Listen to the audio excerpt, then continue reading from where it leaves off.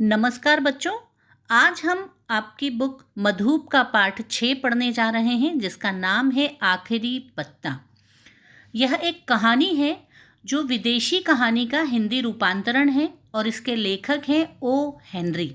तो सबसे पहले हम ओ हेनरी का जीवन परिचय देखेंगे। ओ हेनरी मूलतः एक अमेरिकन लेखक है। उनका जीवन परिचय इस प्रकार है।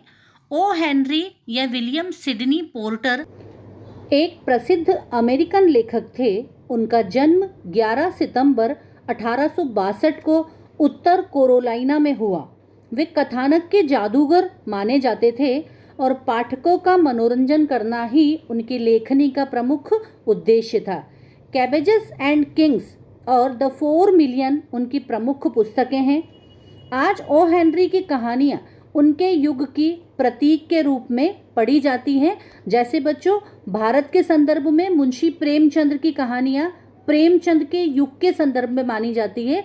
मतलब एक कहानीकार होने के नाते प्रेमचंद का जो स्थान भारत में है, वही ओ हेनरी का स्थान अमेरिका में है।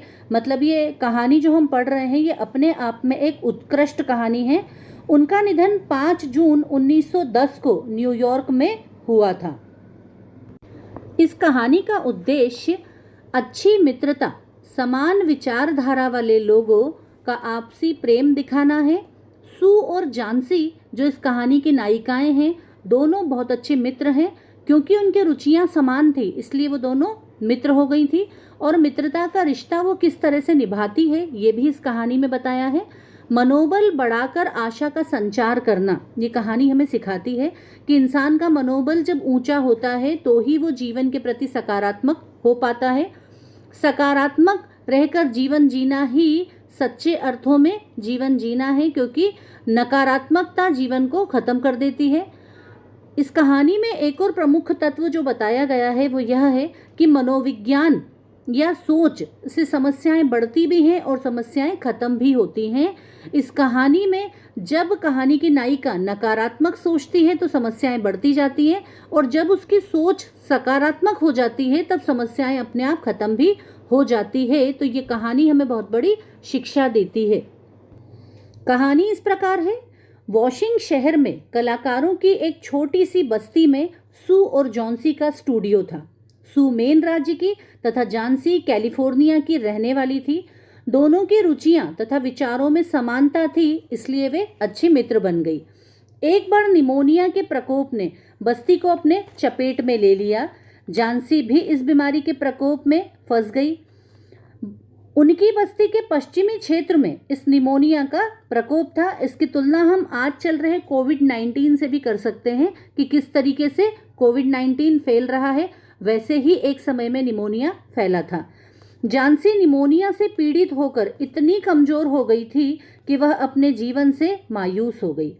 एक डॉक्टर जो उसका इलाज कर रहे थे, उन्होंने सू को बताया कि यदि तुम जानसी का मनोबल बढ़ा सको तो ही उसके बचने की कोई उम्मीद है, अन्यथा अब उसकी मृत्यु समीप ही है।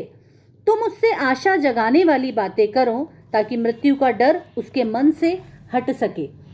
यह सब सुनकर सू जब जानसी के कमरे में गई तो उसने देखा कि जानसी की जीने की इच्छा इस कदर खत्म हो गई है कि वह खिड़की से बाहर लगी अंगूर की बेल से गिरते हुए पत्तों को देखती रहती है और एक एक गिरते पत्ते से अपने जीवन के खत्म होते दिनों की तुलना करती रहती है।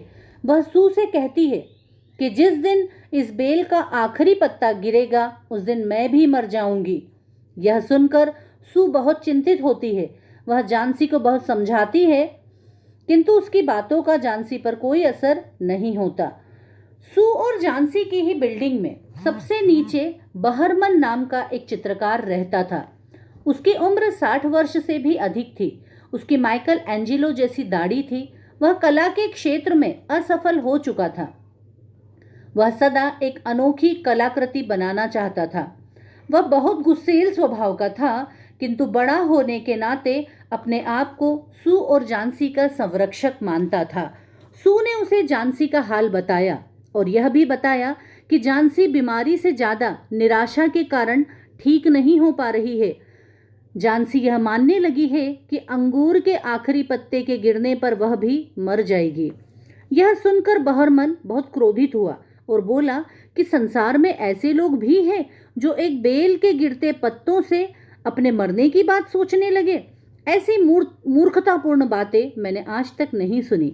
इसके बाद वह सू के साथ झांसी को देखने उसके कमरे में गया। उसे देखकर वापस आ गया। अगली सुबह जब सू और झांसी सोकर उठी तो उन्होंने देखा कि रात भर की भयंकर बारिश और तेज हवाओं के बाद भी अंगूर की बेल पर एक पत्ता अभी तक लगा हुआ है। उसे देखकर झांसी को हिम्मत मिली और उसमें जीवन जीने की इच्छा जागी। इसके बाद दवाइयों ने भी अपना काम दिखाया और झांसी धीरे धीरे ठीक होने लगी। इसके बाद झांसी को अपनी गलती का आभास होने लगा कि मरने की इच्छा करना सच में बुरी बात है। इस बचे हुए आखिरी पत्ते ने मुझ में जीवन के प्रति आशा जगा दी है। कुछ दिनों में झांसी एकदम ठीक हो गई, किंतु इसी बीच बहरमन को निमोनिया हो गया और उसकी अधिक उम्र होने के कारण वह बीमारी का प्रकोप नहीं झेल सका। 2 दिनों में ही उसकी मृत्यु हो गई। बिल्डिंग के चौकीदारों ने सू और झांसी को बताया कि एक दिन तेज हवाओं और बारिश में लालटेन लेकर बहरमन दीवार पर एक चित्र बना रहा था। इसी वजह से उसे बहुत अधिक सर्दी लग गई और वह बीमार हो गया। सू ने जब अपनी दीवार पर लगे आखिरी पत्ते को गौर से देखा तो पाया कि यह तो बहरमन के द्वारा बनाया गया पत्ते का एक चित्र है। सू और झांसी समझ गए कि बहरमन ने झांसी का मनोबल बढ़ाने के लिए यह कलाकृति बनाई है, जो अब उसकी आखिरी और अनोखी कलाकृति बन गई है। तो बच्चों, ये इस कहानी से हमें यह सीख मिलती है कि किसी भी व्यक्ति का ज्ञान, वाणी, शिक्षा, कौशल, कला अर्थात उसकी कितनी भी व्यक्तिगत खूबियाँ क्यों ना हो, मगर यह सब तभी सार्थक होती है जब वह किसी के लिए कोई परोपकार का काम करता है। जब हम अपनी खूबियों से लोगों की मदद करते हैं तो ही हमारी खूबियाँ सही मायनों में अर्थ पाती हैं, अन्यथा वो हमारे किसी काम की नहीं है। एक और चीज़ इसमें है कि कला जीवन दे भी सकती है। हर कलाकार को ये सोचना चाहिए कि व्यक्ति की कला किसी न किसी के काम में आना चाहिए, इसलिए हर कलाकार को सकारात्मक होकर अपना काम करना चाहिए। एक और चीज़ इस कहानी में देखने को मिली कि वर्तमान जो जीवन शैली है उसमें तनाव बहुत अधिक बढ़ गया है। तो हर व्यक्ति को अपने तनाव पर कंट्रोल करना चाहिए, उस पर काबू पाना चाहिए, क्योंकि तनाव के कारण जीवन में नकारात्मकता आती है और नकारात्मकता कभी भी जीवन में कोई अच्छा काम नहीं होने देती है। इसलिए व्यक्ति को हमेशा सकारात्मक विचारधारा रखनी चाहिए, जीवन के प्रति आशावान रहना चाहिए। बच्चों, इसमें माइंड मैप दिया हुआ है लास्ट में। माइंड मैप से हमें ये समझ में आता है कि इस कहानी का पूरा सारांश क्या हो सकता है। तो कहानी के 3 प्रमुख पात्र हैं। बीमार कौन था? झांसी बीमार थी।